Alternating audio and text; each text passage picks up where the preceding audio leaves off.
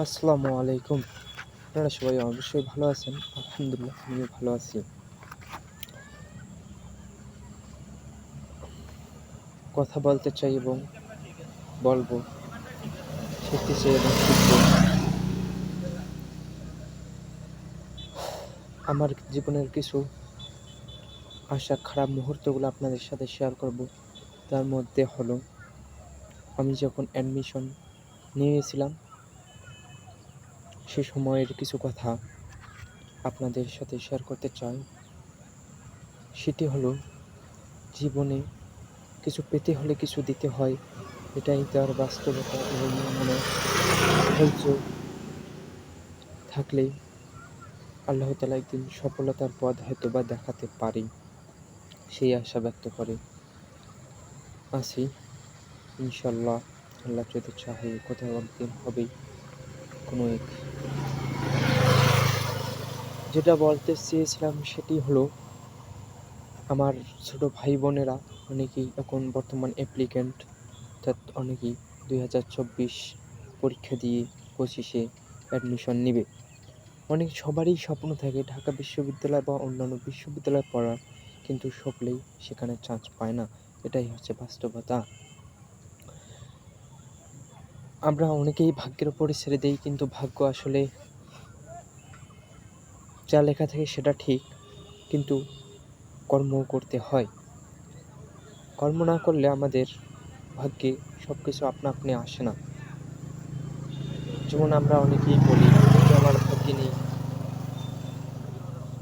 ভাগ্যে আছে সে পাবে। এগুলো আসলে কতটা যৌক্তিক, যেটা আমি মনে করি না।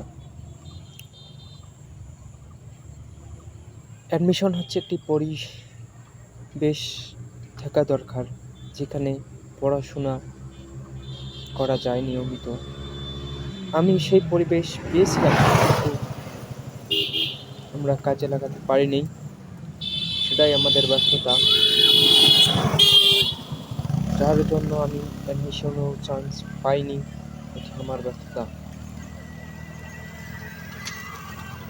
আমার পরিবারের হয়তো সকলেই আশা করেছিল আমি ইউনিভার্সিটির একটি সুখবর তাদের শোনাবো, কিন্তু সেই সাথে আর হলো না। তাদের স্বপ্নের সাথে আমার স্বপ্নটাও আমি ভেঙে ফেললাম। কিন্তু সেখানে হচ্ছে, আমি যেটা বলতে চাচ্ছি, তোমরা যারা বর্তমান অ্যাডমিশন নিচ্ছ তারা এই ভুল কাজটি করো না ভাই।